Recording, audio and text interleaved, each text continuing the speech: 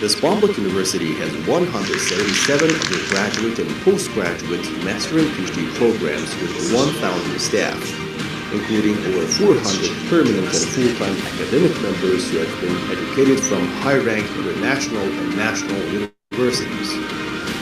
Academic members are dedicated to teaching, research, and consultancies. This university has over 10,000 full-time students, including 65% undergraduate, 35% postgraduate students. Both undergraduate and postgraduate courses are offered to international students from different continents. The University of Zanjan is committed to provide a pleasant environment for learning and to contribute to both scientific knowledge and the development of societies at local, national, and international level.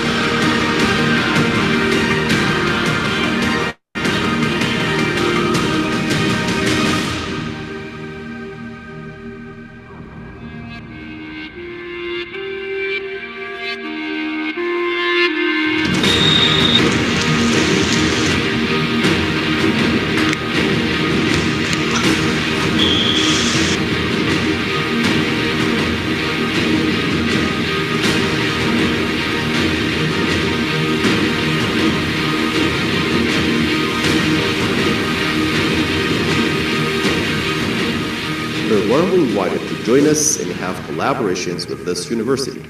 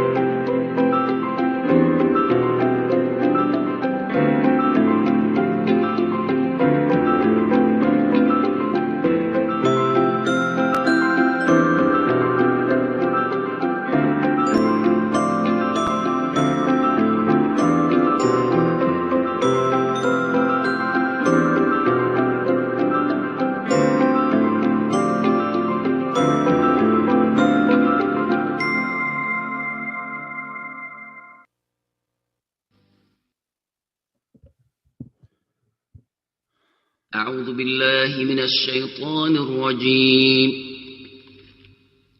بسم الله الرحمن الرحيم.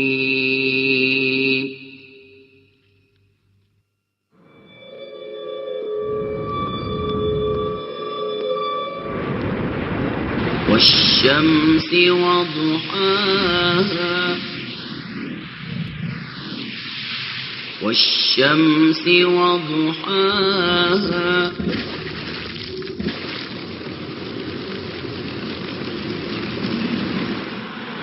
والقمر إذا تلاها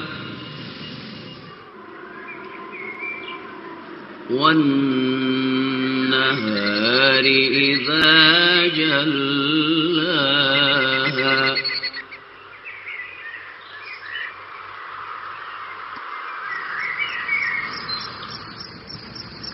والليل إذا يغشاها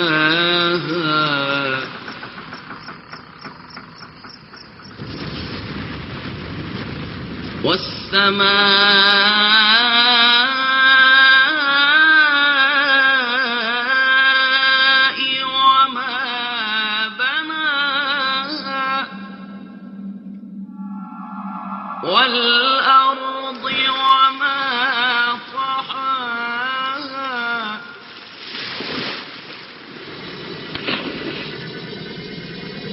ونفس وما سواها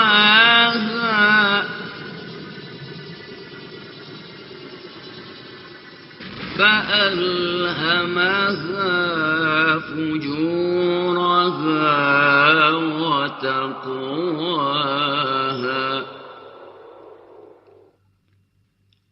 قد أفلح من زكاها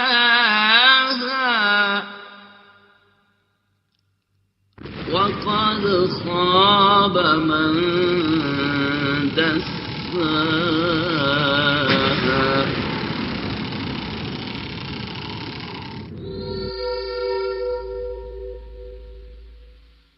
صدق الله العلي العظيم.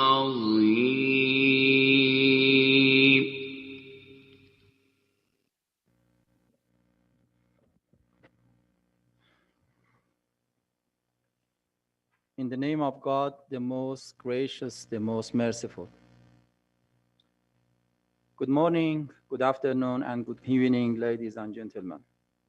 Our distinguished guests, presidents, vice presidents, rectors, vice rectors, directors, representatives of universities, and their colleagues. This is indeed a great pleasure and honor to welcome you to the second day of the 6th International Workshop on UI Green Metric World University Ranking. Before starting our workshop, we would like to express our tribute to remember the health, care, and other key workers who have dedicated their life for helping us combat coronavirus and have died in this way. And also show our solidarity with those families who have lost their relatives. The theme of this year's workshop is Universities' Responsibility for Sustainable Development Goals and World Complex Challenges. Organizing this virtual event shows that we can work together and share our knowledge to manage our common problems, despite the complex challenges of the COVID-19 that has affected us. We expect this international workshop to help us to be committed to cope with the complex challenges of the world and contribute to address sustainable development goals. We learn from the tragedy of global pandemic of COVID-19 outbreak that we need to work together to manage our challenges. I would like to express my gratitude and appreciation to Professor Riri Fitri Sari the chairperson of the UI Green Metric World University Ranking, and her colleagues, and also Professor Syed Mohsen Najafian, the president of the University of Zanjan, and his colleagues for collaboration in organizing this conference. I would like to express my gratitude to all key speakers, Professor Richard Bowden, the Emeritus Professor of Western Sydney University in Australia, who has not been able to participate in this workshop now because of his illness, and we pray for him. And also His Excellency, Mr. Ramu Damodaran, the Deputy Director for Partnership and Public Engagement in the United Nations Department of Global Communications Outreach Division, and the Chief of the United Nations Academic Impact Initiative. Ladies and gentlemen, we are very proud to have the opportunity of organizing this event. We are looking forward to an inspiring and productive workshop with lots of interesting contribution from the participants. I will now turn the workshop over to His Excellency Mr. Ramu Damodaram, the Chief of the United Nations Academic Impact Initiative. Please give him a warm welcome. Thank you. Thank you so much, Professor Karamedi Kordi. It's a privilege to be with all of you.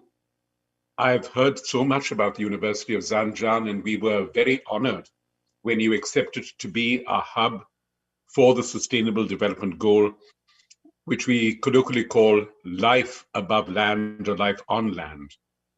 And I can think of no individual more distinguished than you, sir, because your work, your research has brought the intersection, if you will, of the three major currents with which we are faced today: food security, poverty alleviation, environmental management, and synthesize these into what we now call true natural resource management.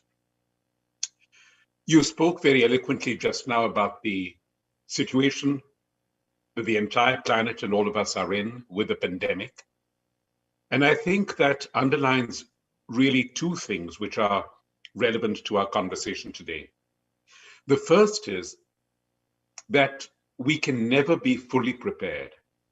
We can only caution ourselves to be ready, not only for whatever contingency may occur, but also to be ready for the everyday contingencies of life, which in retrospect are so much more manageable. And the second element there is how critical academics, science, learning, what we call intellectual social responsibility is to this exercise. When we started the United Nations Academic Impact 10 years ago in 2010, one of the delegations of the United Nations that we got the most support from was the delegation of the Islamic Republic of Iran. And I particularly want to mention my cherished friend, Hussein Maleki, who is now in the Ministry of Foreign Affairs in Tehran, who served as vice chairman, and before that, the chairman of the Committee of Information at the United Nations, and who did so much to put the academic impact on the landscape of member states and the United Nations. I was fascinated by the idea of green metrics, the idea that a university or an institution like Zanjan should not only teach and communicate or inculcate, but also be a living, thriving example of what an institution can be if it is truly green. You have created a sustainable campus. You have brought to life the idea of terrestrial beings and the idea that we need not only to preserve ourselves cerebrally or intellectually, but also physically and environmentally. And eavesdropping as I was in the chat before this conversation began, I saw that you're joined by so many institutions around the world. And I dare say each one of them has worked in its own way for that green metric. I think of when these rankings started in the town of Depok in Indonesia, a a town which is known as the Star Fruit City. And that's a wonderful metaphor for us today, the idea of a star fruit, a fruit every morsel of which can nourish and sustain a human being. There's not any part of the star fruit that one needs to discard or waste. And that's a metaphor for our planet today, because as we move towards a world where just last year, 135 million people went without food, we realize that we have, as the father of my nation, India, Mahatma Gandhi said, we have enough for everyone's need, but not for everyone's greed.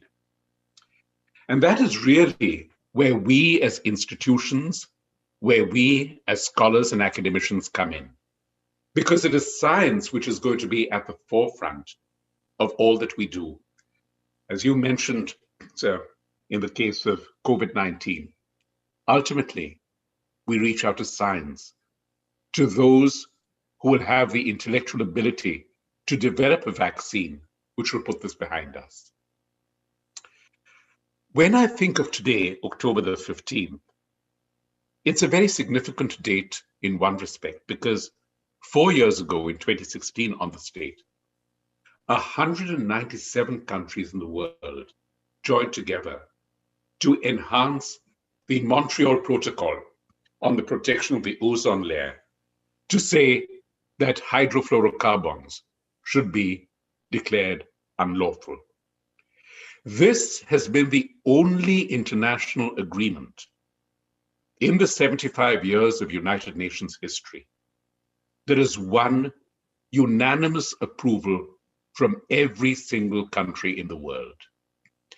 And that again shows that when we put our minds to it, we can direct our political energies into what science and scholarship have taught us. Because it was academic leaders like each one of you who showed us that if we are to preserve the world in the year 2016, or now in the year 2020, we have to think a century ahead. We have to think a couple of... Because without that, we will be constrained by the here and the now. And that's all too easy to do. Because ultimately, what was a classic university? A classic university was there to summon a young mind, a young woman or a man, give them 3 or 5 years of education, and send them out to the world without any idea of whether what had been learned and taught and studied made a difference in that person's life, or perhaps more important, in the life of the community around her or him. That has changed because we now realize that if we are going to create a world that is fit for our purpose, and the purpose, in the phrase of the United Nations Charter, of succeeding generations, we owe it to ourselves to be sustainable. That is the critical element. Many centuries ago, the great Persian poet, thinker, philosopher, Rumi, once said, "Do not search or seek for love. Seek instead the barriers within you that prevent you from finding or accepting love." And I think that is a metaphor, again, which is very relevant to our conversation today as we meet this conglomerate of sustainable universities. Because it's not that we are reaching out to seek sustainability or to make the world more sustainable. What we need to seek are the barriers within ourselves, within our minds, within the conduct we have as individual citizens, as governments, and certainly as universities that prevent us reaching it. The limits of human imagination or scholarship are so infinite that ultimately we have been able to, in the 2,000 to 3,000 to 4,000 years of recorded history, attain virtually any idea that was first merely a postulate. Including this, including the idea of bringing into the global landscape the earth we live upon, something which the University of Zanjan, as I mentioned, has taken ownership and custodianship over as the United Nations academic hub for that particular sustainable goal. And here again, we realize that at every level, the earth is here to nourish and sustain us, but there is an element of respect that it demands from us. And there is a level of intellectual respect that we, as those dealing with education, expect from the earth, just as we extend it to it. Hunger. Today is also the International Day of Rural Women. And women in villages around the world have had, really more than half of them, have had to deal with and be diminished by the pandemic in which we are. And it has challenged their food security, their ability to reach out to the terrestrial systems with which this earth is blessed: water management, forest management, land management, crop management. All of these have been imperiled. We now know that hunger can be a source of conflict and war. 2 years ago, the United Nations Security Council, which had never considered hunger as an item of a threat to international peace and security, adopted a resolution on the subject of hunger. All of you are aware how just a week ago, the Nobel Peace Prize went to the World Food Programme, because the idea that until we get a medical vaccine for the pandemic, food and the denial of hunger remains the best vaccine to prevent the spread both of the pandemic and of the attributes that come with it: poverty, loss of livelihood, loss of stature, and of course, as you said so eloquently, loss of life itself. And so I think I only wanted to share with you the thought that when you bring these various components of your meeting here over these few days, bring the various elements which address so many specific parts of what I would call our global terrestrial system, let us ultimately be aware that this all comes down to the one phrase in the United Nations Charter which should inspire us all: the dignity and the worth of the human person. We cannot have dignity if we do not extend that respect for the dignity of the earth that we occupy. And in creating institutions and universities that are themselves green and sustainable and vibrant, in inviting students to not only study the world as we would like it to be, but to live in a world as we would like it to be, is something which would not have been foreseen half a century ago. The fact that women and men like you have crossed the barriers of your minds and created a campus which people can enjoy, which people can respect, and above all, which can infuse their intellectual energy with the serenity of assurance that their earth is being cared for and tended, just as the earth cares for and tends them, is ultimately the rationale of higher education.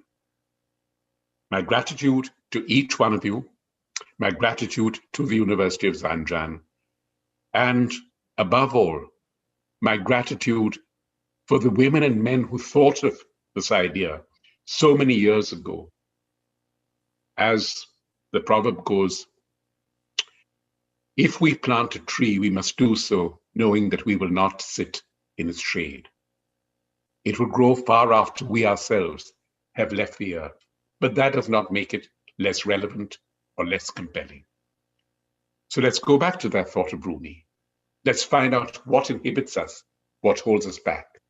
Because once we do that, everything will be attainable and realizable. My gratitude and my congratulations. Thank you so much, Mr. Damodaram, the Chief of United Nations Academic Impact Initiative, for very great and inspiring speech.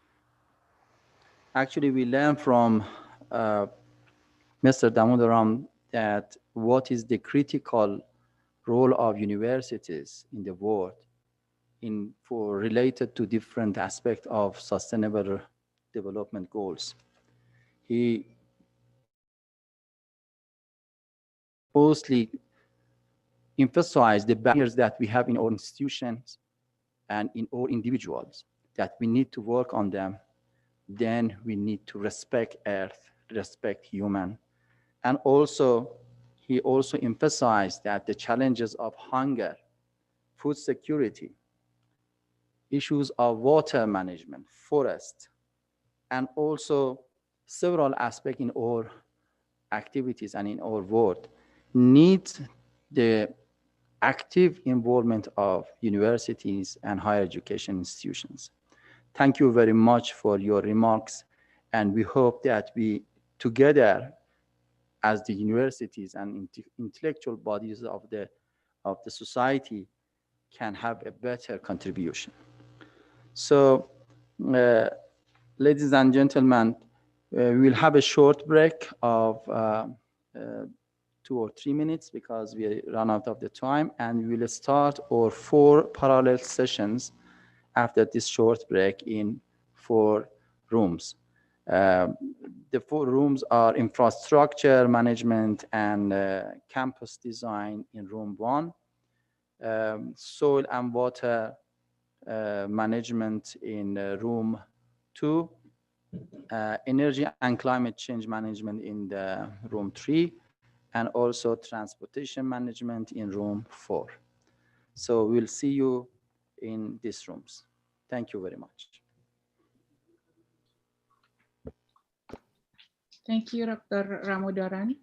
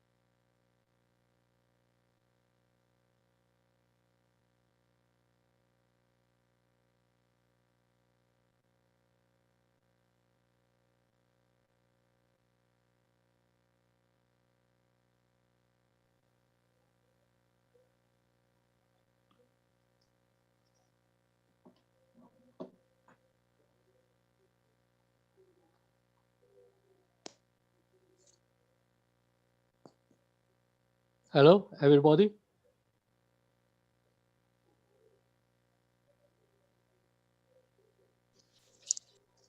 Is this in room A? Ya Pak Gun. Ya ini room E Pak Gun, 5 menit lagi, 3 menit, 1 menit lagi mulai Pak.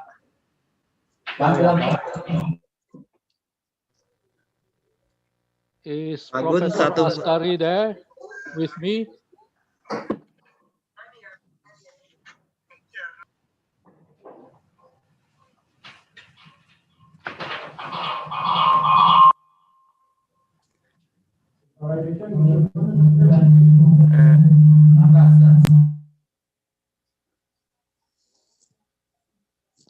My dear distinguished participants, hello everybody.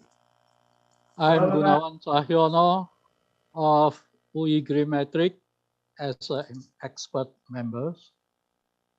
It is my pleasure to chair a session of innovative approaches to experiences for infrastructure management in universities and green campus design in universities. Our co-chair is Professor Muhammad Saleh Askari from University of Sanjan. Are you there, Professor Askari? Hello, Professor Tiajano. Yes, I'm here. Okay, it's a pleasure to be with you. So, My honor. shall we start now? I Yes, think sure. we can start. This room still have 50 participants, probably it's too many. We are divided by 4 rooms, as I understand it. Okay, dear participants. نه فقط صدای اینجا قطع میشه.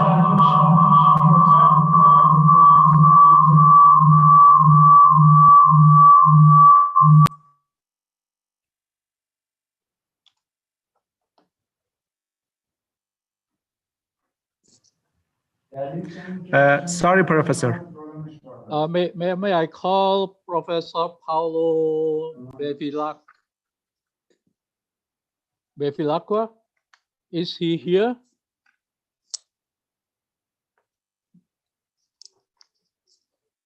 Dr. Muhammad Kabir, is he here?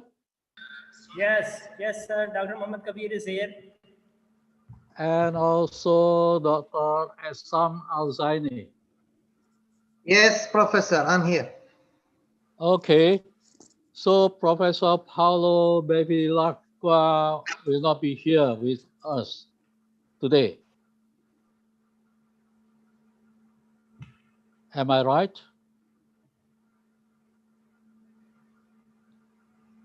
Okay, we shall start.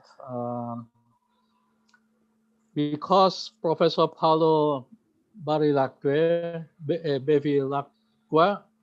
is not with us today, so I will invite Dr. Muhammad Kabri as the first speaker for us.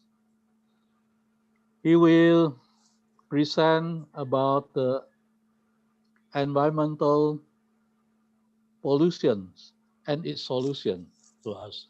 So please, Professor Muhammad Kabri, actually you have only 4 minutes to express the ideas. Okay, can you start? Yes.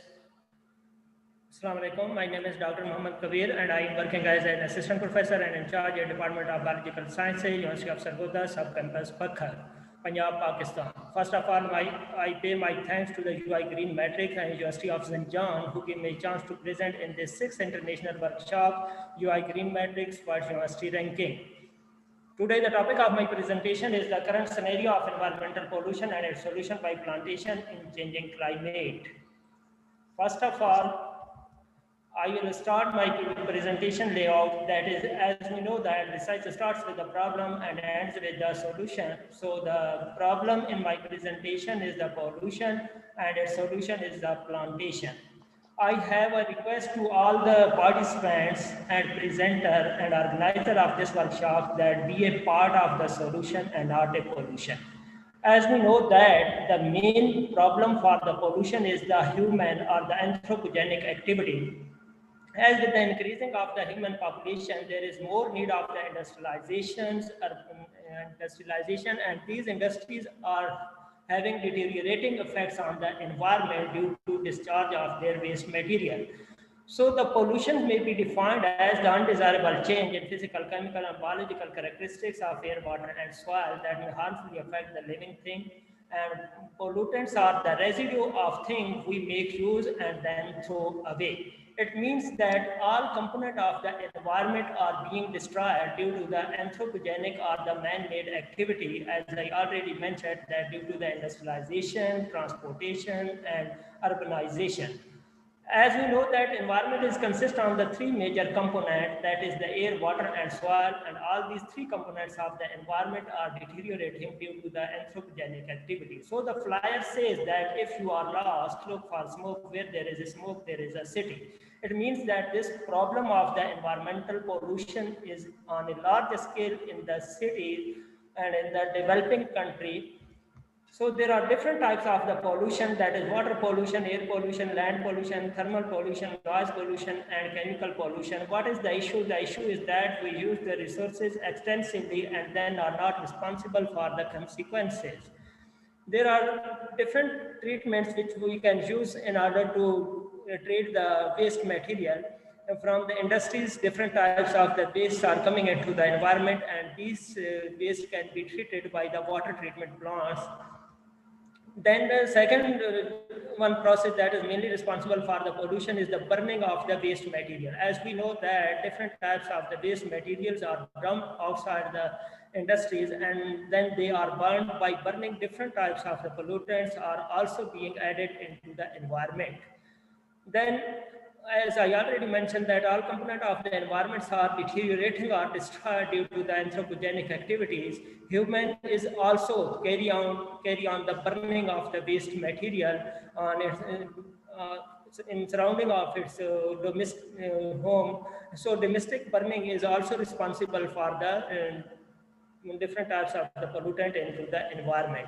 As we know that human is carrying on the deforestation or the cutting of the tree, and then cut tree are also burning, due to which different types of the solid, liquid, and waste pollutants are being added into our environment. So that was all related to the problem. What is the solution? The solution for all these activities is that we should know the importance of the tree. As tree act as a natural lungs, so the request is that plant a tree and get oxygen for free. Plants are the natural purifier of the environment. As we know, the plant takes up the carbon dioxide from the environment, and as a result, they produce the oxygen into the environment. So it is our duty to save the environment's beauty. Let us grow green to get our globe clean. So the green revolution is the best solution to arrest the pollution. According to Muscosol, a tree that lives for 50 years generates a huge dollar of the US worth of the oxygen, recycle US dollar worth of the soil fertility, and then facilitate a huge dollar of the US worth of the dollar of the soil erosion control, and create a huge amount of the US dollar worth of the air pollution control, and provides US dollar worth of the shelter for insect, birds, and animals. Besides, it provides flower, fruit, and seed. Our net loss is worth more than US dollar worth when one tree is fall or affected by the environmental pollution. Therefore, a humble request is that think before you cut a tree. Next slide is concerned with the environmental calendar. As we know that we have environmental events, that is the World Environmental Day falls on the 5th June, and International Plantation Day on the 18th August, and then World Habitat Day on the 3rd October, and International Day for the Natural Disaster on 13th October, and World Day for water on the 22nd March. But we don't celebrate this environmental day, and we only celebrate our birthday or anniversary day each year and are not familiar with the environmental calendar. We must celebrate the environmental friendly days. And next slide is concerned with the plantation activities which are carrying out in collaboration with the Environmental Protection Agency in our university campus.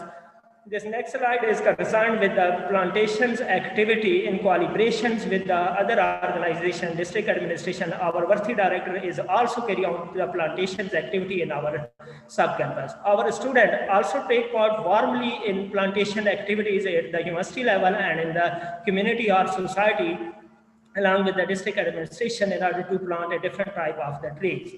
So the next slide is concerned with the plantations and the healthy activity of plants and walks and talks by the student to keep the campus clean and green. This next one slide is concerned with the plantation activities by our Pakistan Army along with the district administration and along with our university student. As we know that Please, without the Dr. tree, Kabir, can you finish it by 30 seconds? yeah.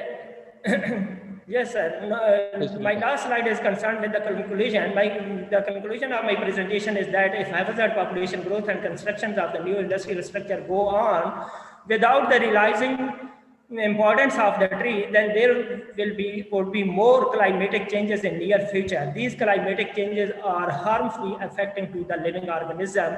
My recommendations are that be a part of the solution, not a part of pollution. So the request to all the humanity all over the world is that each one must plant one, join the green revolution and stop the pollution. Thank you to UI Green Metric for giving me a chance to present in this 6th international workshops. Okay, thank you very much, Dr. Kabir of University of Sargodha, Pakistan. Thank you.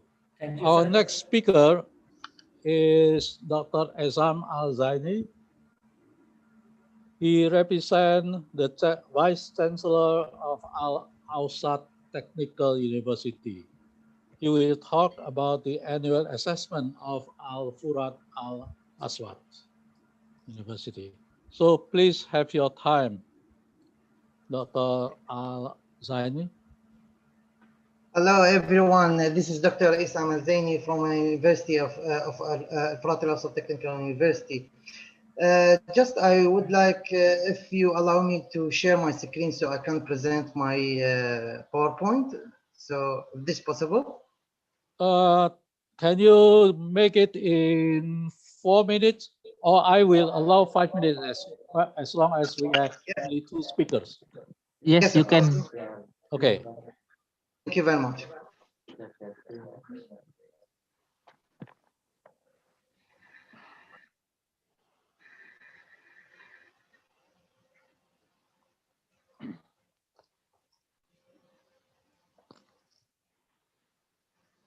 Hello, everyone. This is Dr. Isam Al-Zaini, the head of translation and international relationships units at Al-Furat Technical University. Today, I'm presenting the University Chancellor, Professor Dr. Mudaffar Zuhairi, and University Vice Chancellor for Assistant Vice Chancellor for Scientific Affairs, Assistant Professor Dr. Ahmed Wadai, in our annual assessment of Al-Furat Technical University ATU Sustainability Development Goals for Green Matrix World University Ranking.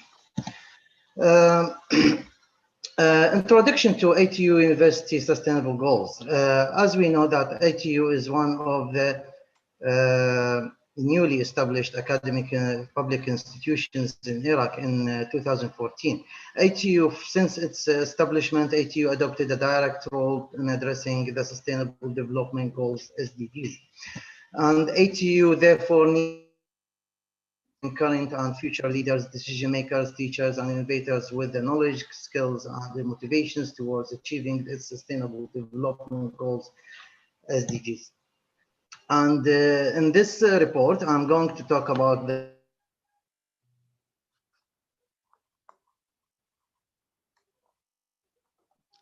We lost you, Dr. Zaini. Are you still there? Hear me? Okay, continue. Okay. So we look at, sorry.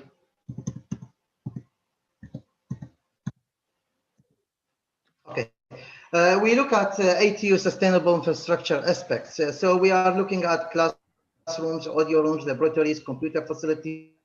دكتور عصام بس الكاميرا facilities, اللي انت تاخذ من الباندويث مالتك. Sorry? بس الكاميرا, shut down the camera because the connection is not stable in your side. Okay, my camera. You mean my camera? All right. Give me 1 second. Yeah, your connection probably is not stable. Can you summarize certain key points for us to understand? I observed your slides already. It takes more than 10 minutes. So can you summarize it into several key points so we can understand the content of your talk? Give me 1 second. I just.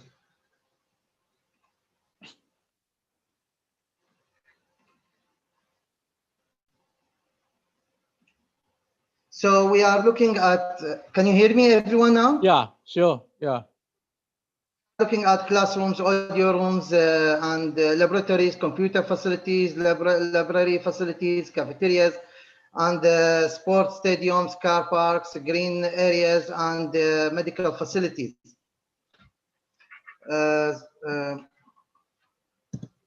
So if you look at these figures, ATU has established many facilities, brand new buildings for conference building, conference rooms, improves infrastructure, and modified ventilation system. Provide this building with modified ventilation system, energy efficient lighting system, energy rated appliances, water saving systems, security systems, and including cameras and alarms, smart door locks, emergency exit signs and maps, auto actuated sprinkler systems, and fire alarms.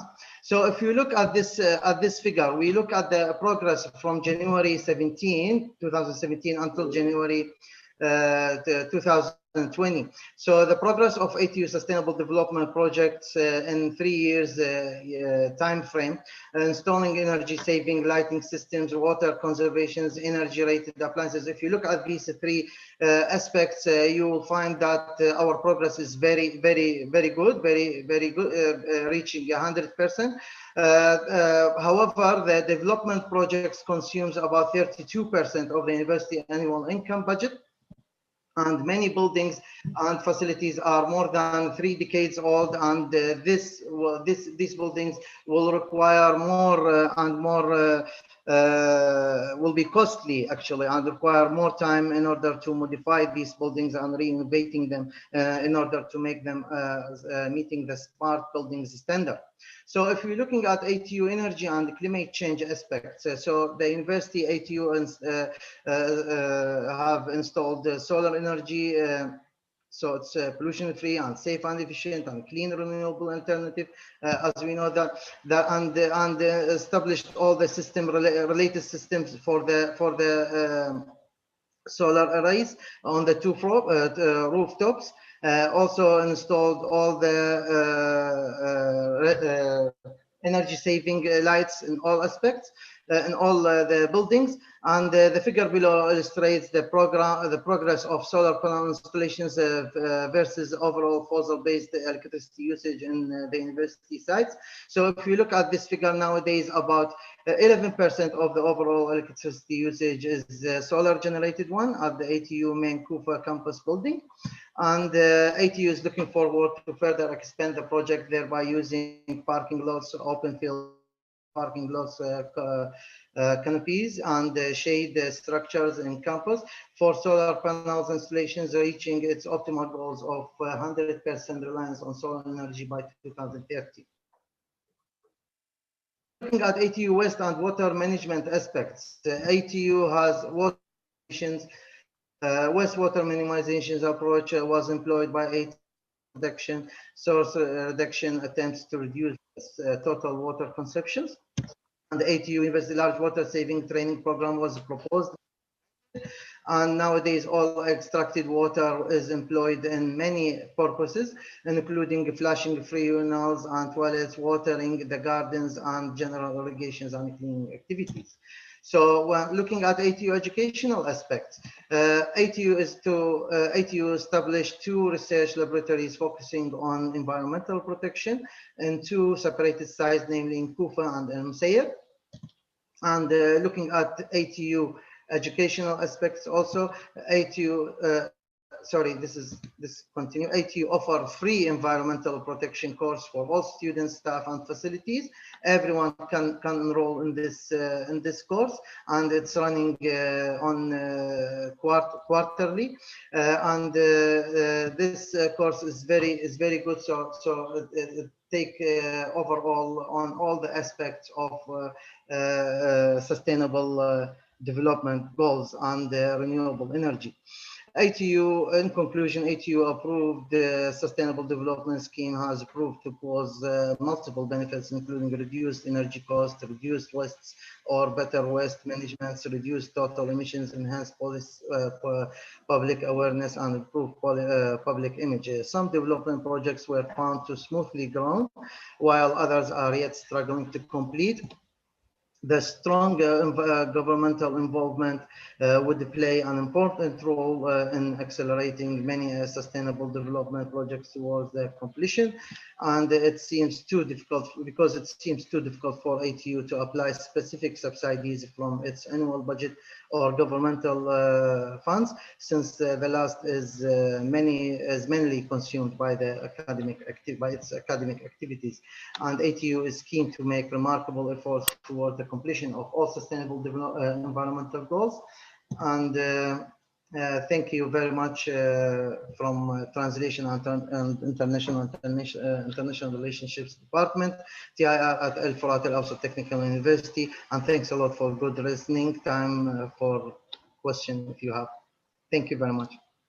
Thank you very much for Dr. Al-Zaini from ATU of Iraq. Thank you very much. Now we are entering discussion session. We do have about 25 minutes of discussion time. So, dear participants, any one of you can raise questions for our 2 distinguished speakers.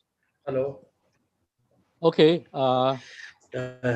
Thank you very much, Dr. Assam Hamza. Zaini, for your thank you very much, Dr. Assam Zaini, for your presentation. I have one question: is these improvement activities in AEU in Furat Al Awsat University is going through strategic planning?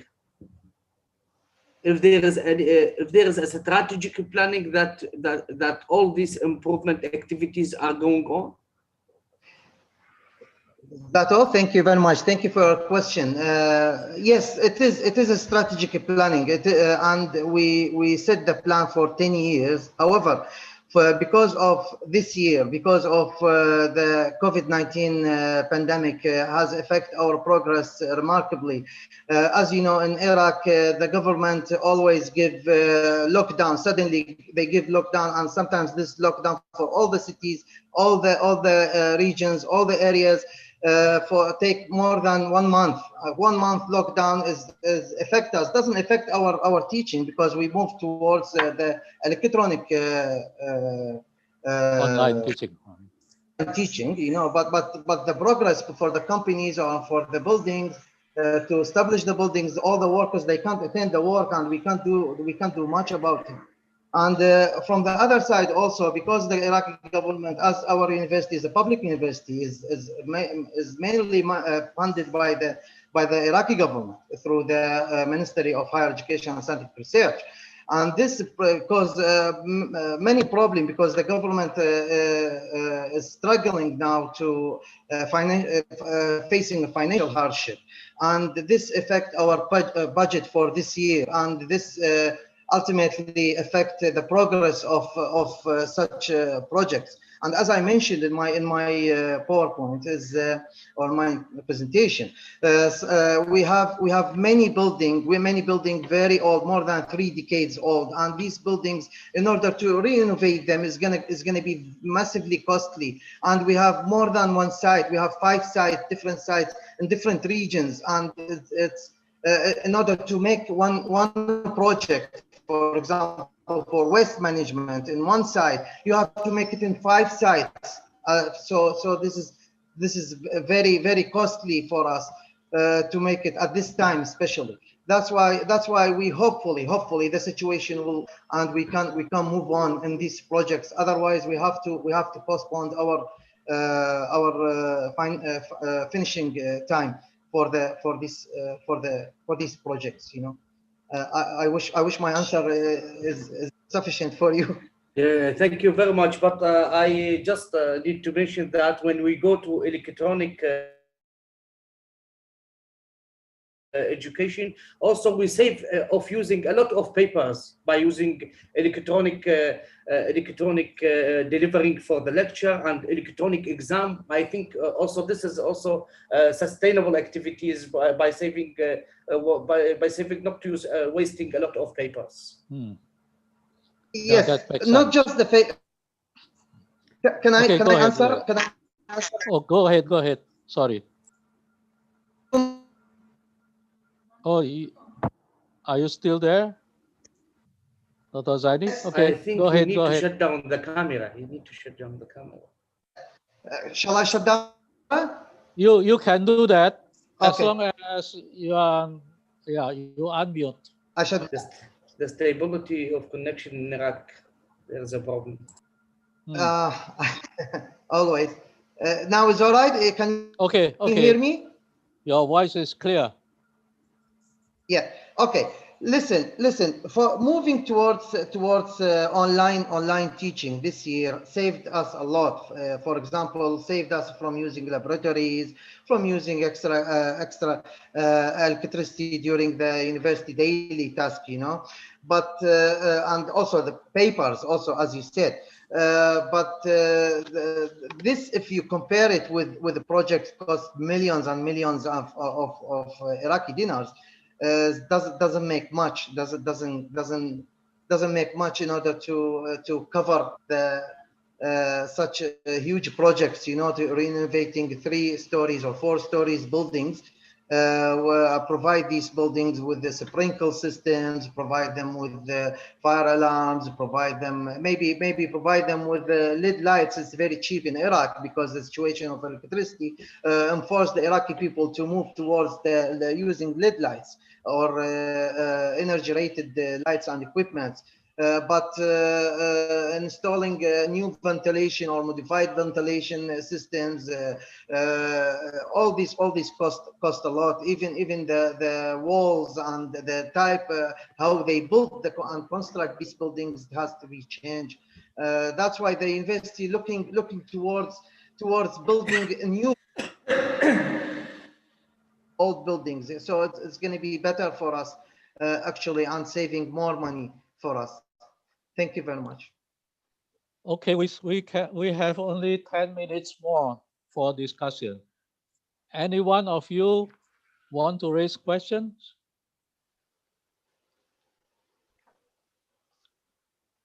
I haven't heard any. I have a question for Dr. Kabir. Yes, sir, I am here. Yeah, you said that the solution is plantation, if I understand it correctly. What happened? Yeah, you are if correct. The university almost has no space for plantation? Yeah, What sir, will you suggest? I think that we should increase firstly the area for the plantation, because if we want to keep the university environment clean and green, then there is a need to clean the area for the plantation, not for the building. Because in most of the university, we have a large number of the buildings, large number of the areas in which the plants are not being planted. We should firstly focus to the plantation activities within our university. So if we say that we have no space, I suggest that we should fall down some buildings or some rooms and in order to carry out the plantation activity instead of the building or the rooms. Because if we want to keep the university environment clean and green, there is a great need for the plantations activity. I suggest so. Maybe I don't. Is it possible to make a kind of vertical planting system? Sorry, sir, can you repeat? Vertical planting system. We plant it vertically along the wall. Yeah, sir. Very good question. The reason is that soil acts as a basic medium for the plant growth. So all the nutrients which are required by the plants for their proper growth, they can exist in the soil. And nowadays, some new techniques are being introduced as the hydroponic techniques, in which the plants are being produced without the soil. Now, up to some extent, we can carry out such activities, but as we learn that the soil is the basic medium for the plant growth, and the plant will remain healthy in the soil, not in any other structure or in any other medium. So there is a need to plant trees within the soil in order to attain the healthy life of the plant. Okay, great. Any more questions for our Professor two Tiajano, distinguished speakers? may I ask a question? Oh yeah, sure. Please. Thank you very much, Professor Tiajano. It's my pleasure to be with you as a co-chair in this session. Good afternoon, everyone. I'm Muhammad Askari from University of Zanjan. I have a question from Dr. Kabir. Yes. First, Dr. Kabir, thank you very much for your presentation.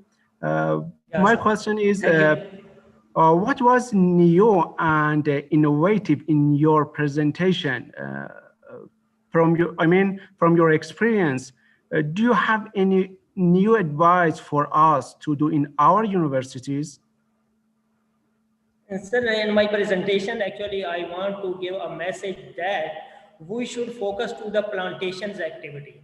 As we know that human population is increasing on a very large scale, and due to the increasing human population, we are demanding more industries in order to fulfill our life requirements. As a result of the increasing number of the industries, there is a huge productions of the waste material that are being dumped into our residential area. And as you know that our industrial area are not far away from the residential area, due to which different types of the pollutant, that is solid, liquid and gaseous pollutants, are being discharged into the environment, due to which different types of the diseases are taking place in the human. So if we have the industrial areas away from the residential area, and that industrial unit, industrial estate should be planted, and if the plantation activities will be carried out in the industrial area near to the industries, then most of the gaseous pollutant will be taken up by the plants and through their leaves, and as a result, when the carbon dioxide and carbon monoxide will be taken up by the plants for the process of the photosynthesis, they will produce the oxygen. As we know that the climatic changes and the ozone layer depletion is mainly taking place due to increased number of the carbon dioxide and carbon monoxide, and different disasters are taking place, that is melting of the slope, glaciers, flooding. All these conditions are being taking place due to the increased concentrations of the carbon dioxide in the environment. So if we carry out the plantations activity along the road, which have a huge transport, they also produce the different oxides of the carbon, nitrogen, sulfur that are taken up by the plants through their leaves. So I suggest that we should carry out the plantation activity around the industrial area, along the roadsides, along the other places in which we keep the environment clean and green. I think my answer is sufficient for your question. Okay, thanks very much. I have another question. From your experience, what's your advice to encourage other students or academic members to involve sustainable management activities? Do you have any advice for that? Sir, being as a botanist, because I am a botanist and a plant ecologist, I suggest to all the academicians, all the businessmen, all the industrialists that we should focus to the plantation activity, because plants are the producer of the universe. They can provide each and everything for the existence of life on the surface of earth. There are three basic elements for the existence of life on the surface of earth, that is the air, water and food, and all these components are being provided by the plants. Air in the form of the oxygen, water, there are some trees which are responsible for the rains, and also introduce the tree as a Samania Saman, that is the rain tree, and that area which have lot of these trees, they get lot rains. There is no dry conditions in the areas where rain trees can exist. So we should focus to plantations activity, because plants can provide us life. I think that on the surface of the earth, life is only existing due to the plants, because plants are the producer of the universe. They can provide us each and everything for our life on the surface of the earth. So I advise to all the university, to the colleges, to the schools, to the businessmen, to the industrialists, that they must focus to the plantation activity. As a result of the plants, we should create our collaborations with the Environmental Protection Agency, with the research organization, with other educational institute, to create the awareness among our society, among our people, that they must carry on the plantations activity. And as I said, that each one must plant one. If every person plant one tree in its life, then I think we are paying our responsibility on the surface of the earth, because we are using the resources extensively and are not responsible for the consequences. Nature provides us a lot of the things, but all these things will not exist for a long time. As we know that there is the scarcity of the water on the surface of the earth, because human population is increasing on a very large scale, and in the coming year we are not using the resources for, and are deteriorating the resources for our next generation. So we should focus our alarming issues, our environmental issues, if we want to keep our next generation healthy. Okay, thank So you there are very a much. lot of advice. Thank you very much. Ladies and gentlemen, I think we have only 2 minutes left. I can accept one more question. Anyone? The last chance? Okay. If no more questions, then I will return this session to our organizing committee.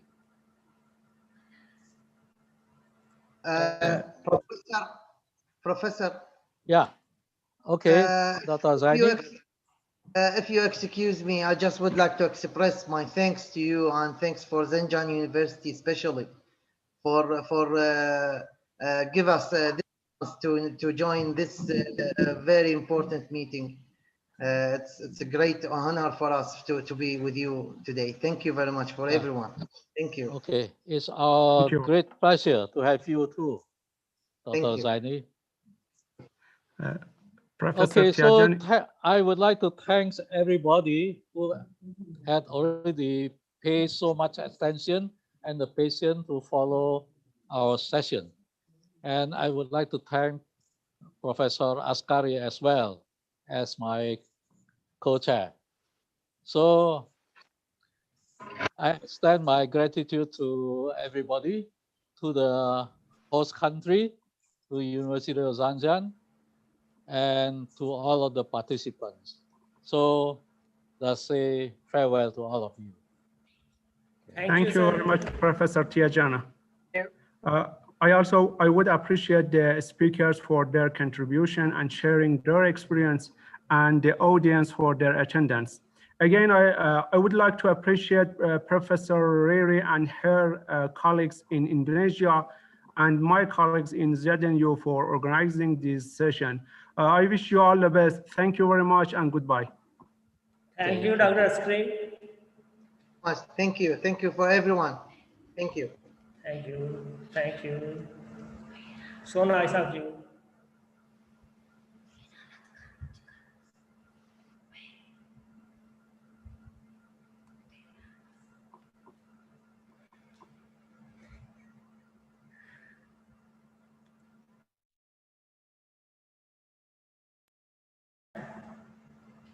Back.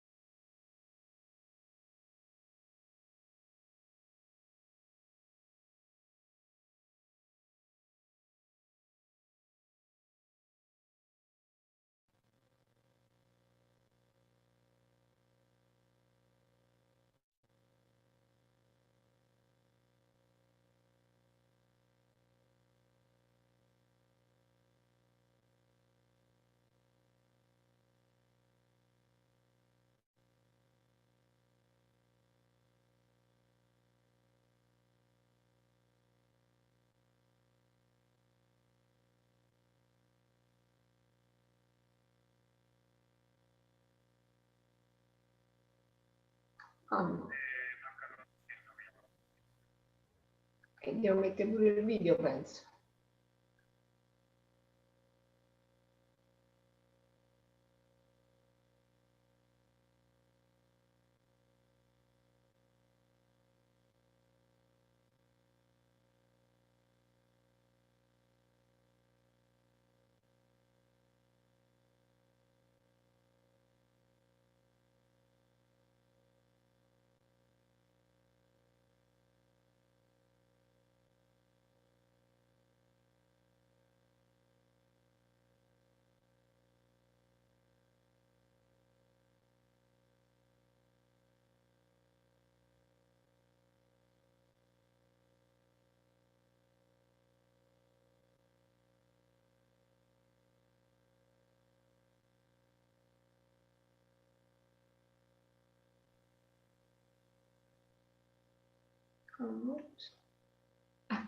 Ma credo che sia... Allora, scusami, vabbè. Io...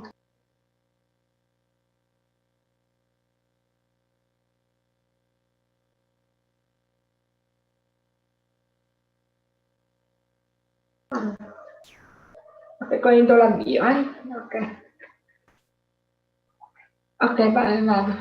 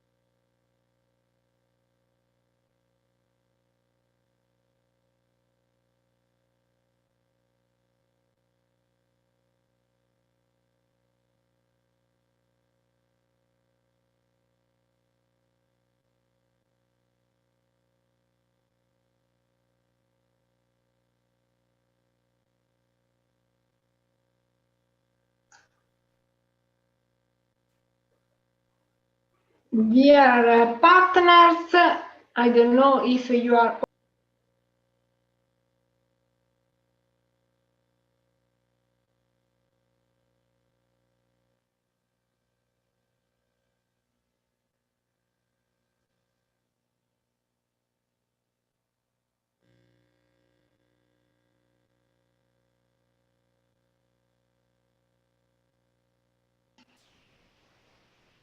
Anna, we don't hear you anymore.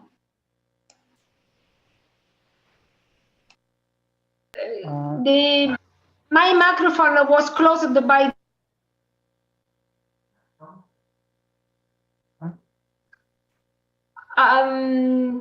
Okay. Okay. Now you should hear me. It's okay? Yes, yes. Okay, I don't know exactly what's happening because I see the same people listed in the speaker list, but the chair should be Professor Orminazov Yesbol. Is here? Yes, Why dear in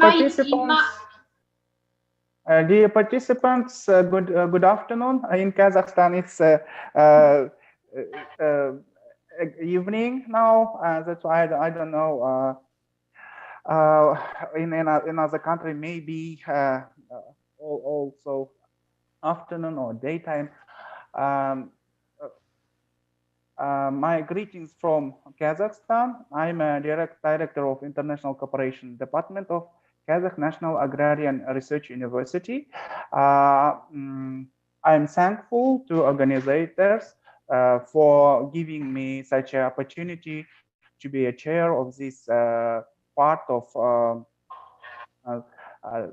conference workshop, and this discussion session 4A, Innovations in Education and Research in Sustainable Development. And our co-chair, Mr. Pomin Lee, Dean of Office of International Affairs, National Pingtung University of Science and Technology, Chinese Taipei. Dear Pomin Lee, are you here?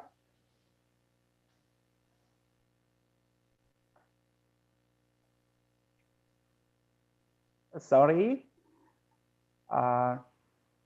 Pomin Lee.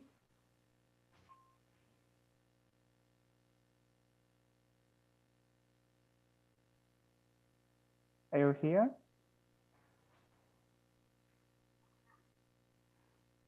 No, ma non mi hanno sostituito con questo qua, quindi possiamo pure tranquillamente. Ah, sì. Sorry. Maybe Pomin Lee is not here. So let me then introduce our speakers. Profil Rio, Rino, profil speakernya ditampilin. Do you hear me? Yes, we can hear you. Thanks.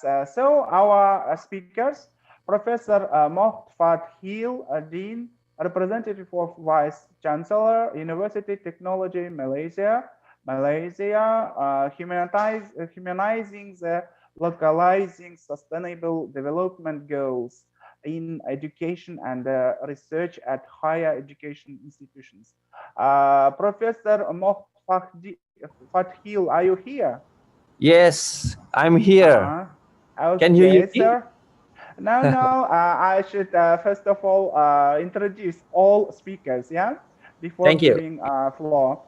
Second, our speaker is Joanna Morawska, Jancelewicz, representatives of Rector Adam Mickiewicz University, Poznan, Poland. Title of the topic, title of the report, it's a development of co-creative and co-designed educational and research activities supporting the implementation of SDGs with a focus on climate actions. Mrs. Joanna Morawska, are you here? Yes, I'm here and I can hear you well and see you too. Okay, thank you. Mr. Mahendra Goroshern, a representative of Vice Chancellor, University of Mauritius, multidisciplinary experience, a key learning experience in effective education for sustainable development. So, Mr. Mahendra, are you here? Yes, I'm here. I can hear you. Nice to meet you. So now our last speaker is Dr. Firdaus Ahmed, a representative of a rector, International University of Business and Technology, Bangladesh. Prospect of sustainability course for students engagement in ESG. So, dear participants, you know that all of you before this sent your videos, and most part of participants acquainted with this video. So you have only 3 or 4 minutes for making a report. After that, we'll have a discussion session, and that's why I think we shouldn't take more time of each other. So if Pomin Lee here, dear Pomin Lee, are you hear me? Do you hear me? No. So let's start then. So I'll give floor to our Professor Moht Fathi Din. Dear Professor Moht Fathi. Hello, good day to all. Thank you very much, Mr. Chairman, Professor. It's actually Fadil from Malaysia. Right now it's already in evening. So I would like to share one of our very informative on our campus, and has been presented, and also everybody can look that this is a part of one of our governance frameworks towards to the SDG 2030. And our key point is actually the paper, the presentation today is about what the envision that we already embark in our governance systems on the sustainability toward to the SDG 2030. And we are very proud to say that our university already have this kind of roadmap from this year 2020 to 2025 and up to 2030. And what we are focusing more towards to the governance frameworks to, in order to embed with the research and teaching related on the sustainability, because we have our living laboratory that we already established since 10 years ago. And we already participated this UI Green Metric since 2014. And since then, we already reached a few things. And we are so happy to say that because of UI Green Metric, we managed to convince our governance in our university to perform and to make the improvement, especially because our university is one of the low carbon campus master plan. And from 2015, we moved towards to the zero waste and sustainable procurement, as well as this year, we already focus on the SDG localization master plan. So that's what we are actually focused on. And also, we are making a kind of another impacts, which means that we approach the sustainability. It's not only on paper, it's not only on the ranking itself, it's not only on the measurement, but we approach based on the empathy. Because in UTM, we have our core value. We call it as ISES. So ISES means something like on the integrity. E means environment. S means synergy. And another one, E, is about the excellence. So because of this kind of component that we already published in our very directive from our Vice Chancellor, we already managed to kick off this kind of, we call it as UTM Sustainability Master Plan. And that one is the DNA of our green lifestyle. And since then, starting 2016, we already have our own partnership, which means that we already engage more, and we already have our own, We call it as UTM Chair Professor on the Environmental Sustainability. And because of that, thank you very much again for listening. Because of this governance and this environmental sustainability master plan, we reach our we call it as a corporate level on the plan. We call it as a global plan since 2012 until 2020 to make a kind of another synergy for the internal and external stakeholders. And because of that, we already have our own localizing SDG 2030 this year. Thank you very much again from UTM.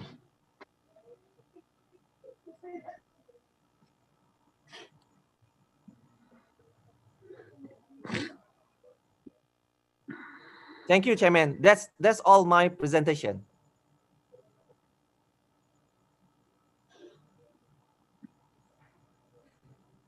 Thank you very much. We cannot hear the chairman. Please unmute the mic, Chair. Sorry. Thank you, Professor Mofli, for interesting report. I think on discussion, our another participants will ask you questions. And now I want to give floor to our guest from Poland, Mrs. Joanna Morawska. Do you hear me? Yes. Mrs. Joanna Morawska. Yes. Let's start your report. Okay, thank you. Good afternoon, everybody. It's a real pleasure to be here with you. So my role here now is to summarize the project that we are involved at Adam Mickiewicz University in Poznań, Poland, a difficult name to pronounce. But just to say that Poznań is located in the west part of Poland, just between the Warsaw and Berlin on the map. Anyway, I work at the Faculty of Human Geography and Spatial Planning, and we are involved in Terrifica project that is financed by European Commission Horizon 2020 program. Within this project, we have 8 partners working together, and 6 of which are called pilot regions. So the main idea standing behind the Terrifica is that we have knowledge about climate change. We can share some of the facts. There is still debate going on, of course, but in fact there is a knowledge, but what we miss is action. So this is one main point. And the next one is that we would like to also work on sustainable partnerships between university and science and citizens and other stakeholders. So in fact, our approach in Terrifica project is co-creation in climate actions that is understood as looking for new partnerships, new solutions in collaboration with citizens, with civil society organizations, with policymakers and business. And this is one aspect, and we are trying to also give tools for this co-creation and engagement. So we developed a crowd mapping tool. It takes a form of a map where citizens can indicate different types of climate change phenomena, and they can put a pin on a map and tell us where they feel good, comfortable or not. And with this knowledge and this support coming from stakeholders, we will try to identify places called hotspots, where we will be working together with citizens on concrete solutions. This is called also living lab approach. So this is a kind of research and co-creation aspect of the project. There is also educational aspect, of course, in this sense that we will also engage students with the stakeholders in summer schools, where we will try to invite representatives of different stakeholders as experts to share their expertise and knowledge with our students, so they can combine their theoretical skills, knowledge with practical approach. And they will also work together on future scenarios dedicated to future climate landscape in our region. And hopefully those different types of activities will lead us to develop concrete action plans, action and adaptation plans to climate change in our pilot regions. So this is the general approach that we have. Just let me finish with information that there are 6 pilot regions. Poznan is one of them, but there is also Barcelona in Spain, Belgrade in Serbia, Vechta in Germany, Minsk in Belarus. Yeah, I think I listed all of them.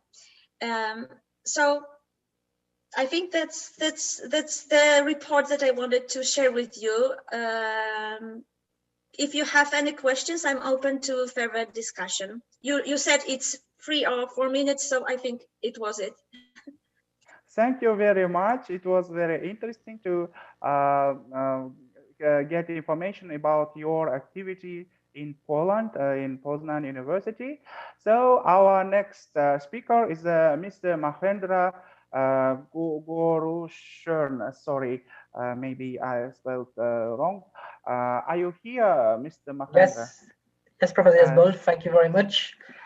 So I'm Dr. Mahendra Goruchand from the University of Mauritius. So I send greetings on behalf of Vice Chancellor, Professor Jerry.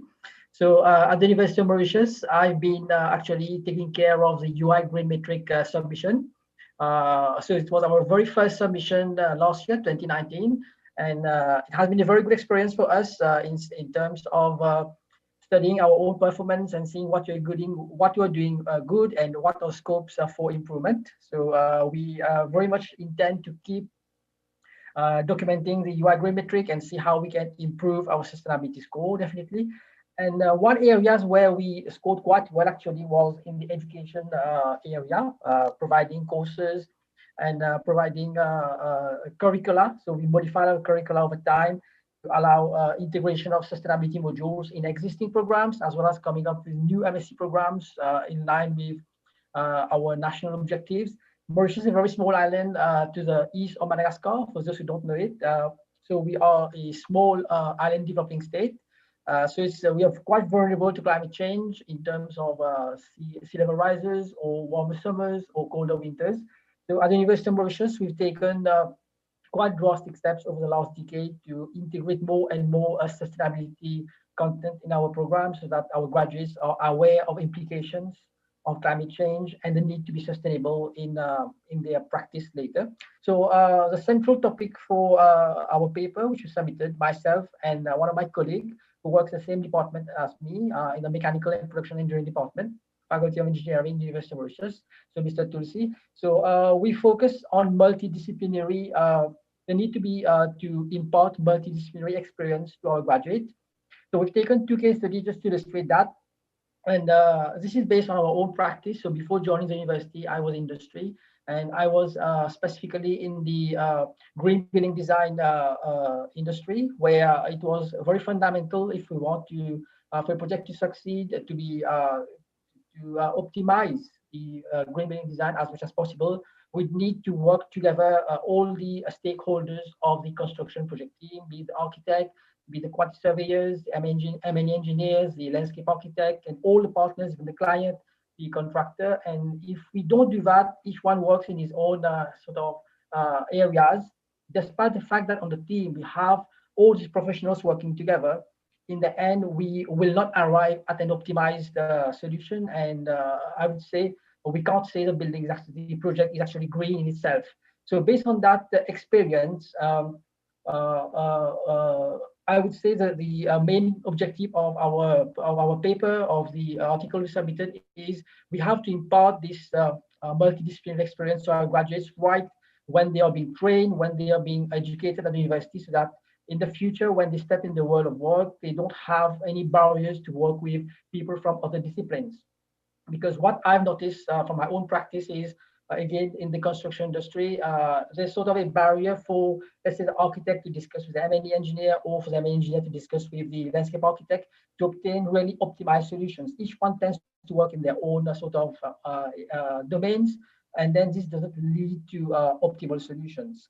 Now, there's another case study we presented, which was related to supply chain of fresh fruits and vegetables.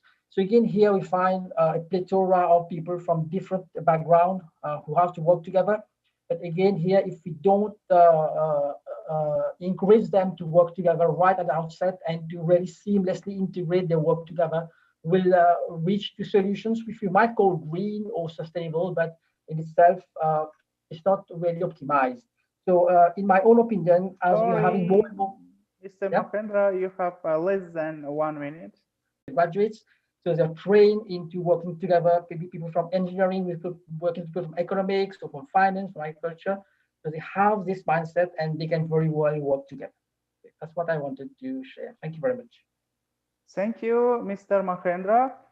It was very interesting, I think, for all our participants. And if someone will have questions, they will ask after these reports. Yeah, and the last, our reporter, Dr. Firdaus Ahmed. I think he's here. Firdaus Ahmed. Yes, I'm here. Thank you. I can hear you. Can we hear me? Yeah. Okay, thank you so much. So dear audience of the 6th Green Matric International Virtual Workshop, very good evening. This is Firdaus Ahmed. I'm representing the IWGM University and as well as the Vice Chancellor, Professor Abdul Rahman. So today I'm going to speak on the prospect of sustainability course for the student engagement in ESD, I mean Education for Sustainable Development. Well, educating and preparing the young graduates with an action-oriented education program is the prime requirement for any of the country. Therefore, the sustainability course has been designed to develop the resource person to fulfill the immediate country's demand for adequate ESD skilled graduates in IWGM. So what is the country's need in the future by 2030? Because currently Bangladesh is thriving for the sustainable development goal that says that SDGs by implementing the sustainability practices into the educational institutions. So however, the IWGM, I mean the my university, is the pioneer for the setting sustainability course in undergraduate studies for any of the disciplines since 2013. So till today, more than 10,000 undergraduate students of the different disciplines already have been taught the sustainability course where they engaged and practiced for many of the environmental degradation and resource conservation issues.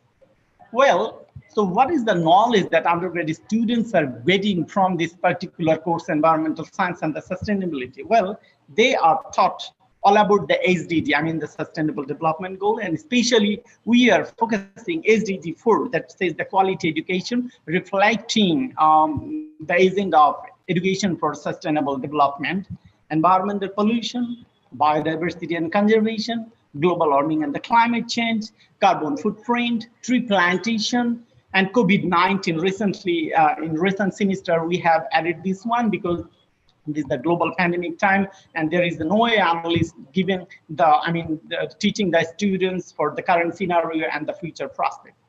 So moreover, the students also spreading their sustainability knowledge and the practices going to the secondary and the higher secondary school and colleges as a part of their course assignment when they're attending the course. So how the undergraduate students are helping the school students? Well, although this is the pandemic time, but before the pandemic, the normal practice is that end of the semester, when the students are taking this course, particularly in environmental science and sustainability. So end of the, semester, they must go to the school to make aware or to give the knowledge to the kids of the school and the colleges. Okay, so they used to provide them the information for the common environmental hazard or the environmental pollution, and how they can practice themselves in their family and the society about the three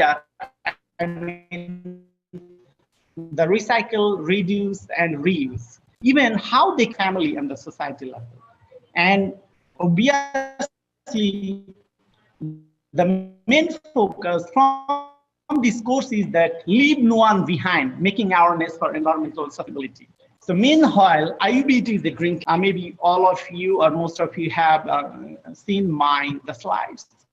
So therefore, the students can practice for ESD with the appropriate green facilities. This is why the aim of this study is to disseminate the sustainability education at undergrad level. And this is also indicates how IUBT, this university, the students are dedicated to practice and practicing for the sustainable education for the lifelong learning, which ultimately supports the country's dreams of achieving SDGs by 2030. Last but not least, I'd like to acknowledge the founder, Vice Chancellor of IUBT University, Professor Alumullah Mian, because he was the pioneer in the sustainability studies in the university level. And I'm also thankful to Green Matric for giving me a chance to share my research. So thank you all of my audience for your passion and to listening me. Thank you so much. That's all from here. Thank you, Dr. Firdaus Ahmed. I think it was interesting for our participants. Now it's the next part, our session. It's a discussion, and in this part, all participants can apply to our report, our professors who made such interesting reports to ask some questions. Anyone have questions to our professors?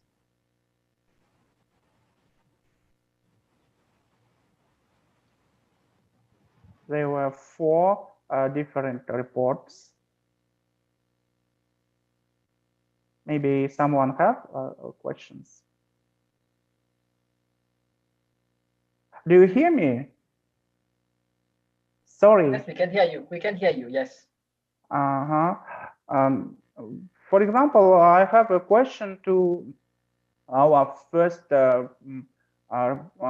Professor Mokhtar Pardi about your university's activities involving students to achieve goals which given achieve goals of a green matrix, for example. Which type of activities do you organize at your universities? Thank you, Professor. So your question is about how the students actually been engaged, especially towards to the SDG part. Yes, of course, in our university, we have our divisions, a very special unit who actually embed these kind of young talents, and they are actually need to make it a kind of activity inside the campus and outside the campus. One of the potential project they have to engage is about something like we call it as USR, University Social Responsibility. That's number 1. Number 2, they must actually make it a kind of impactful, especially toward the community services. So these community services is actually working together with some kind of the corporate sectors as well as for the industry. So that's another one. Another one is about the core curriculum. So the core curriculum that we embed with the student is actually one of the biggest challenge, because in our university we call it as student entrepreneurship. So with the student entrepreneurship, they are making another job, especially because we want the student not only hunting for the job, but create the job. So this is something that we are already established since 5 years ago. And we already even have our own center for the student entrepreneurship. So this is what we embed together about the talents, about the academic rewards, about these kind of curriculums and co-curriculums. And this is what we bring to SDG also. So thank you very much. Now it's a question we had from Rayana Vyastuti to all speakers. Is there any practical course in every university to support green metric as general or SDGs in particular environment issues?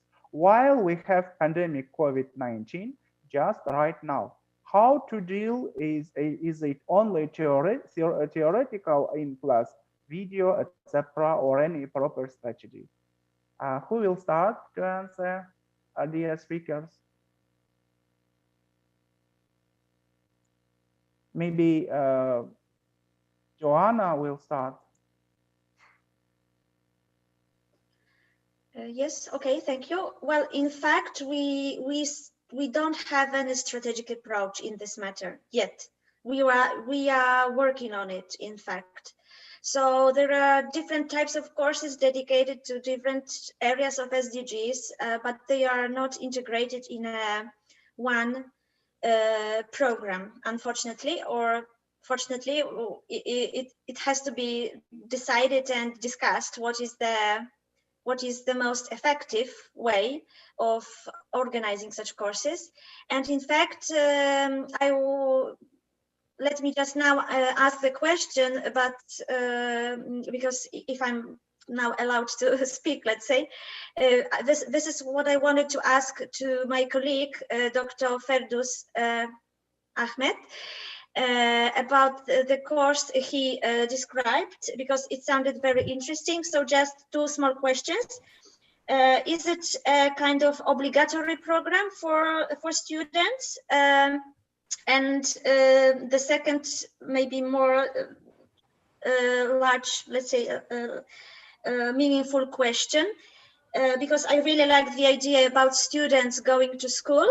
But there were some sorry, I couldn't hear anything because of the quality of internet. So as I understood, your students go to school to educate younger students. Do you have also in this course any practical approach, so they work on some small scientific project, or outside, inside? Yeah, is there any of this type of activities included? Thank you. So, can I reply? Okay, Dr. Firdaus, please. Okay, thank you so much. This question is really interesting. As I said in my presentation, that IUBT, it is really the pioneer, although this is the private university, and we have more than 100 private universities in Bangladesh, and public around 50. But how interesting it is that it is the compulsory course, although as a non-departmental, and we have the special institute for the SDG studies, okay? The Institute for Sustainable Development Studies. So you see that how we are really focusing the deadline 2030 as Bangladesh to contribute our nations. And our students, except the Department of English, we have engineering, Faculty of Engineering, we have the Faculty of Arts and Social Science, we have Faculty of Agriculture. Each of the students in the undergrad level, it is their compulsory 3-credit course. Okay, and when they are completing this course, so part of their assignment, they are being sent to the both elementary and the school. In Bangladesh, it says elementary and high school and the college. Okay, university only the tertiary. But maybe in the Western world, the high school means even the college level too. But here is different. Well, so when they are going in a group, maybe comprises of the 5 students, and they are choosing at least the 5 schools or the colleges, and going there, whatever the knowledge they are, absorbing from our class. As I said that there are at least 20 topics to cover based on the SDGs and environmental problem. So going there, with their fun activities, they used to pass or they used to make them aware. Suppose as a waste management, how they are disposing and all their plastic bottles. So when they're coming to school, they're bringing the bottled water, and how when they are taking their tiffin in the school or in the college. So what about their knowledge about the waste management, about the pollution, about the tree plantation, about the carbon emission? Okay, so it is divided in the elementary, more like we used to give the students, our undergraduate students, they used to give the knowledge based on the waste management.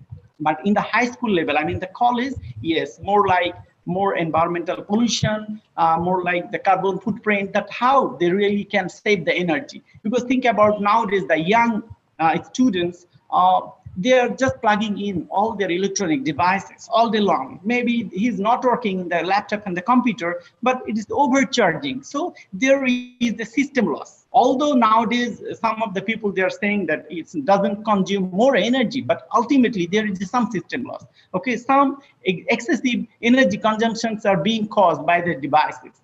Okay, unnecessarily, the people, the guys, when they're just going to sleep, is put in the plug or in the charge of their mobile devices, tab, and so on. So these are the knowledges our undergraduate students going to the either elementary, the high school, and the colleges, they used to give. And obviously, they may have some project. Okay, even the group of the students, they are just simply going to direct to the society level. Suppose there is a small tourist spot close to my university. Okay, a new residential area, but it's not complete. But some of the people, as a visitor place, they used to come. Okay, so what they're doing during the weekend, the waste management system is absolutely, totally worse, and they really do some mess over there. So our students, sometimes they used to go based on their project, and they used to buy the big size of the waste bin.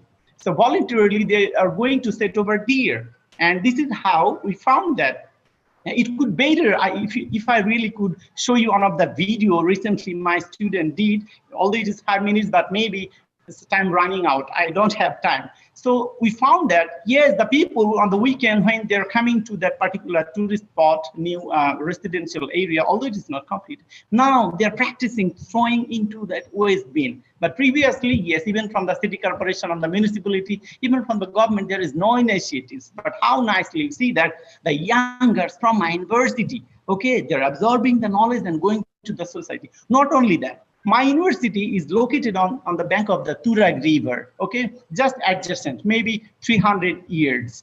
Well, so on the bank of the Turag River, annually, there is a big gathering of the pilgrims, international gathering, all the pilgrims. So it's more than million people they used to gather, okay, and it consists of 1 week, minimum 1 week, three days each, so altogether 7 days. So when they left that place, it's really very big field on the bank of the Turag River. So our students who are taking the environmental science and sustainability, this course, yes, altogether as a voluntarily, we used to go there. I myself, even including my other colleagues, even the vice chancellor in itself, they declared, they make announce that yes, today for 2 hours, we are going to pick all the waste materials from that particular field that was abandoned by the pilgrims, those gathered for that particular occasion. And that used to be held end of November to December or January, sometimes in between this time. So this is how we are really working, and we are striving to that. Yes, the timeline and deadline is 2030. Bangladesh already graduated into the middle income country, and we really want to be upper middle income country. But degradation, you really cannot compare with the damage of the monetary issues. Okay, thank you so much. So, Dr. Firdaus, thank you a lot for such a answer. Yeah, and I think another participants have some questions maybe to our speakers. The participants, maybe you have any questions to our speakers? If there is no questions, we should go back to the question from Rayana Vidya Institute about practical course in every university Maybe another speakers will tell us about your activities. Okay, I can share the practice in my university, how we educate students. At the Faculty of Engineering, so our engineering programs are aligned with the Washington Accord. So, all our courses need to meet certain competences for our engineers, for graduates to even obtain an engineering degree. And one of these competences is actually sustainability and impact of engineering activity. So it means for any graduate to get an engineering degree at the University of Mauritius Faculty of Engineering, they need to show that they have a competence to design products or to design any process as engineers, take into consideration sustainability and impact of engineering activity. So it is rigidly integrated in our courses. So it means all graduates who leave University of Mauritius, the Faculty of Engineering, if they want to practice as engineers, they would need to show they have a competence to consider sustainability and the impact of engineering on society. Yeah, this is how we educate the students. Thank you. Thank you so much, Dr. Mahendra. And maybe another of our speakers will add something about these activities. Maybe Professor Mohd Fathil will tell us about his university's activities on supporting green metric as a general. Thank you very much, Chairman. Actually, that's very interesting to hear from another perspective from other partners, and also speaker already spoke about that. In our universities, what we are doing, because I just focus on the pandemic COVID-19, what we have been done and what we actually strategize on that. The first step that we are doing right now is making another core subject and another sub-subject. It means that they embedded with a different kind of subject. For example, we have an engineering subject in our campus. We do have a kind of social science courses. And because of the COVID-19, people and the students, they cannot enter the campus. So they have studied from their home or any other places. So what we are doing, we are making a micro-credential to this kind of program. So student can choose which one is the subject they need to enter, and they will do that kind of assessment. That's number one. And number two, all the professors, all the lecturers in our campus right now, they must do the online courses, either synchronized or asynchronized. So it means that even they have a kind of practical works, they must actually make it another kind of session, hands-on session. Like for example, for the laboratory and also for other kind of outdoors activities. Because this is a very restricted time for them to do that one. So they must record that kind of activity. So once they pass to this kind of student, they need to do a kind of assessment based on what the student already making that kind of activity. So because of this kind of things, so student, some of the student even they are locked down at their home, for example. So they are happy because they have a kind of series of program. For example, one of the activity that we already conducted last week is about we call it online global classroom. That one is actually one of the global program that we conduct between other Asian universities, as well as from Brunei, from Thailand, even from Korea, and also from Japan, for example. So that one of the component that we are looking. And thank you very much for especially UI grammatic, because in that kind of subjects, in the UI grammatic rubrics, they indicate to the university to do kind of the ESD. And because of that kind of program, we offer to our campus, to our university, we must do these things. And because of that, is expand to another opportunities. So this is, I would like to say that thank you to all our UI grammatics. Thank you, Professor. So it's a time to finish our part of our session. So thank you all participants. Thank you our speakers. And today our co-chair Pomin couldn't attend. He asked Professor Uzu Q, and he is here also. Thank you, Professor Uzu Q, for participation on this event. I think it's time to have a break. Have a good time. Goodbye. Thank you. Thank you very much. Nice to meet you all. Thank you. Goodbye.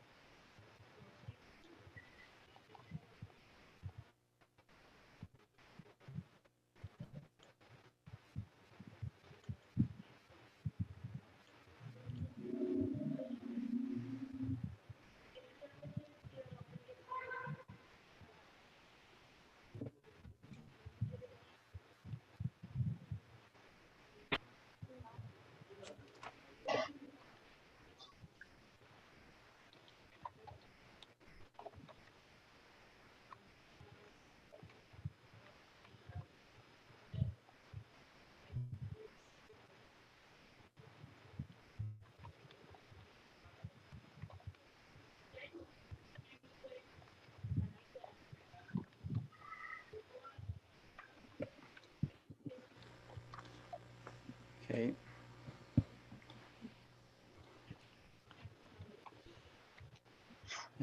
Since everyone is here, let's get started. Our next part of the work, the closing ceremony.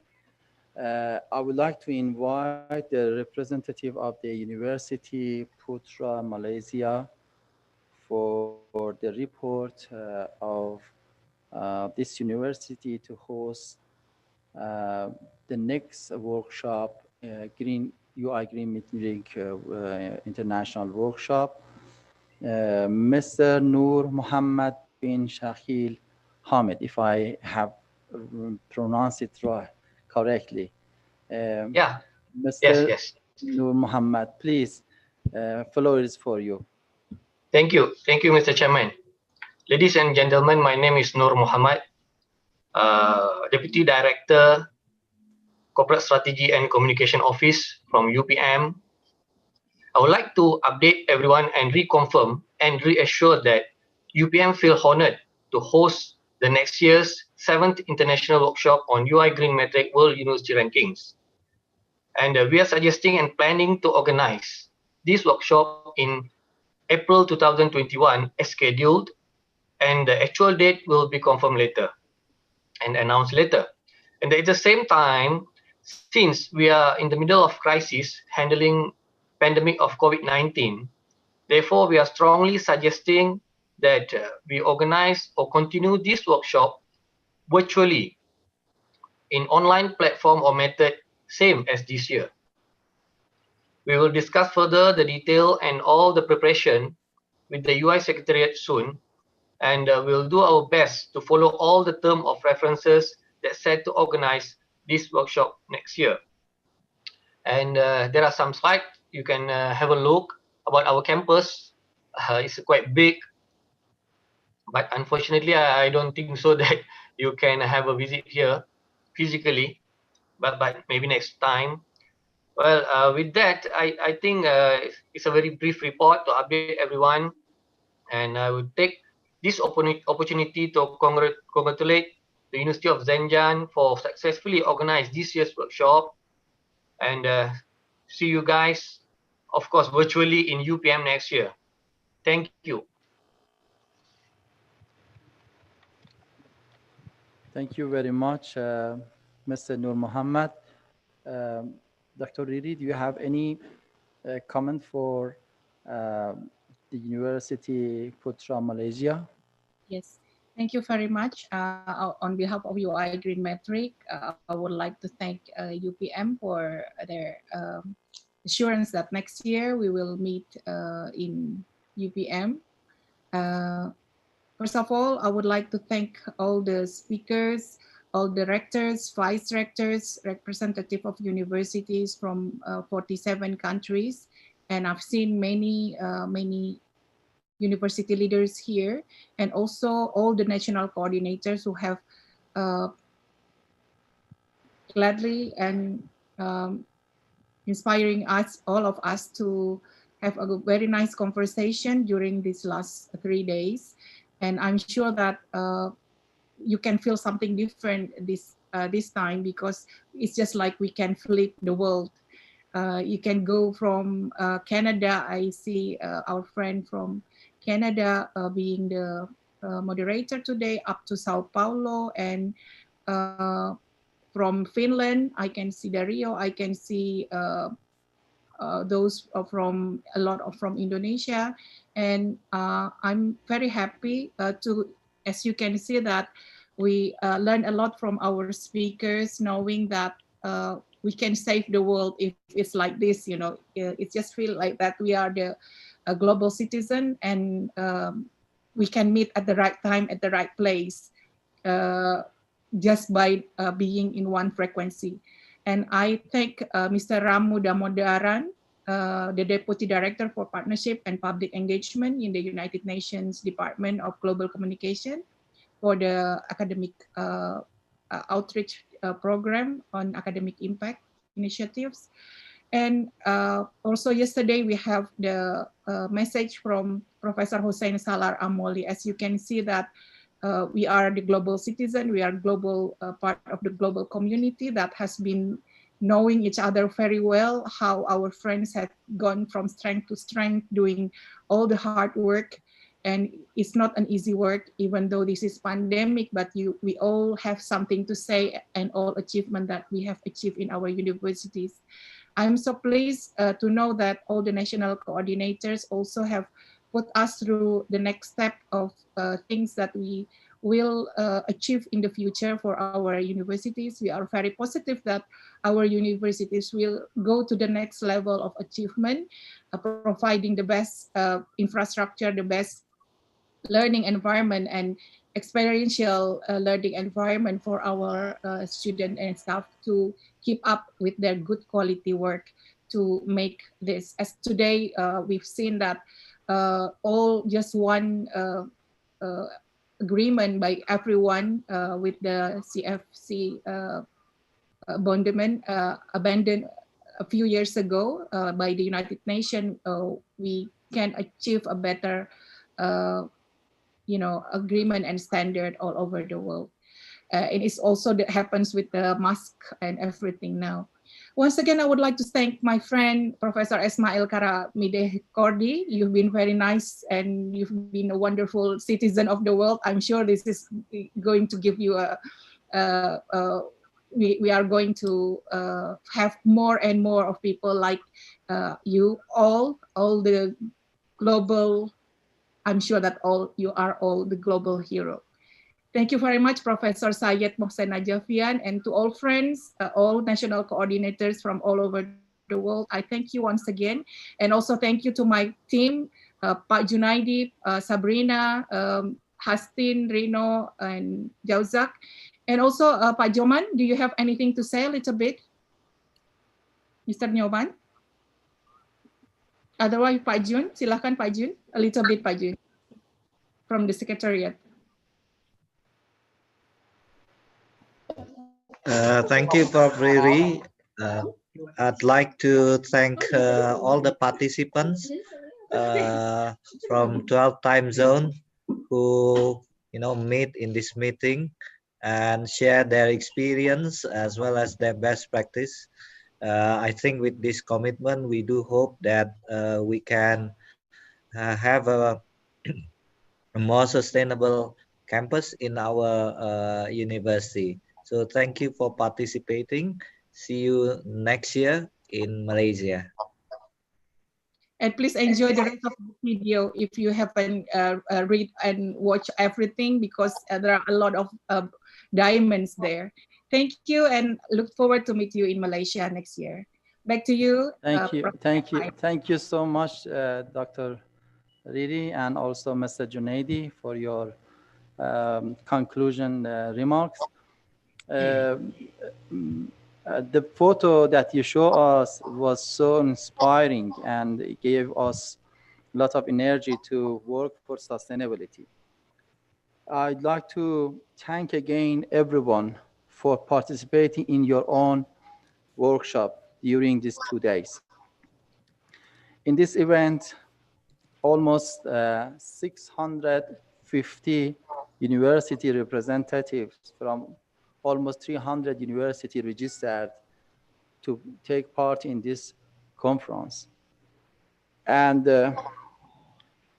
during these 2 days, almost 150 people directly joined us through Zoom virtual system. In 13 October, we also had a meeting, and the national coordinators of 30 countries have a good discussion. And in this meeting, they decided that to enhance their collaboration on the sustainability activities, have joint research, they have a student and staff mobility between university, joint event, and how to have more contribution to this complex world and challenges that we are facing with in both developing country and developed countries. During these 2 days, 14 and 15 October, 2020 in the 6th International Workshop on UI Green Metric World University Ranking, or invited speakers actively introduce and discuss the role of universities and their innovations on several aspects of sustainable development in university, including infrastructure management, green campus design, sustainable water and soil management, energy and climate change management, sustainable transportation management, education and research in sustainable development, university impacts on sustainability of rural and urban communities, waste management in universities. This was a great opportunity for all of us to share our knowledge and learn from our experiences. I am looking forward to meet you again in the next UI Green Metric workshop in Malaysia. Please let me to also thank my colleagues for organizing this conference.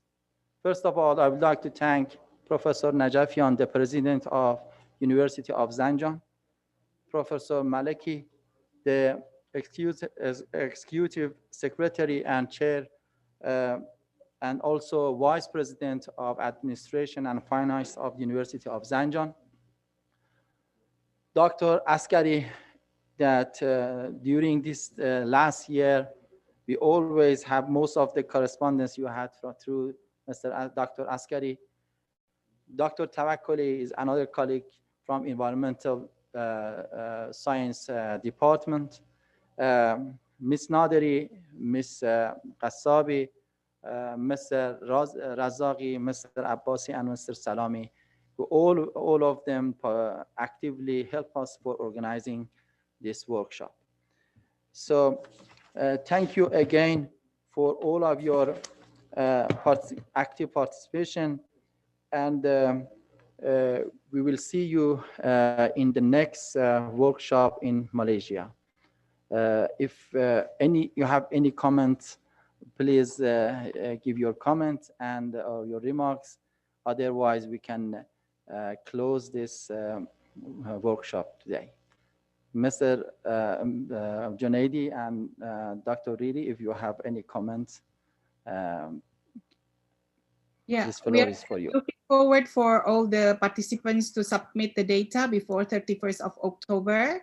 And I hope that you can gather all the evidence and things beforehand, and to help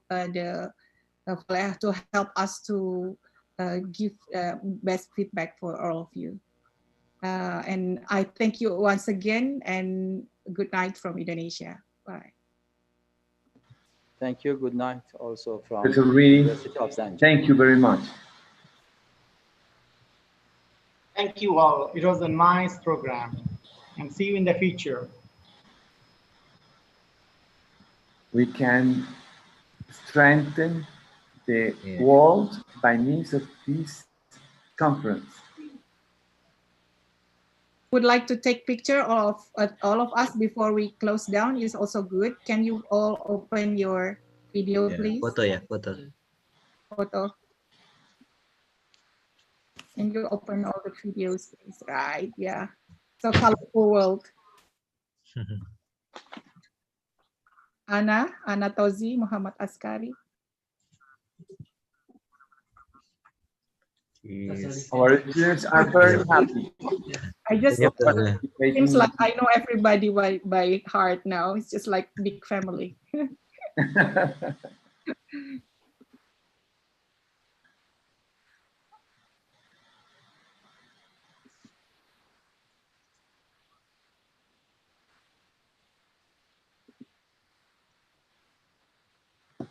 Sudah belum? Udah. Udah belum Rina, kasih kabar? Hah? Udah. Oke, Bu Riri sudah. Thank you so much, everyone. Good night, and have a wonderful programs in your university. Yeah. Thank you, everyone. Thank you, everyone. Thank you. Ismail, thank you so much. Goodbye. Thank you so much. Thank you so much. Thank you so much. Thank you so much from Turkey. Bye bye. Semua. Bye bye. Bye bye from Spain. Bye. Thank you so much. Thank you from Jordan. Thank you. Please stay safe and healthy. Thank you from Asia. From Bogor, Indonesia.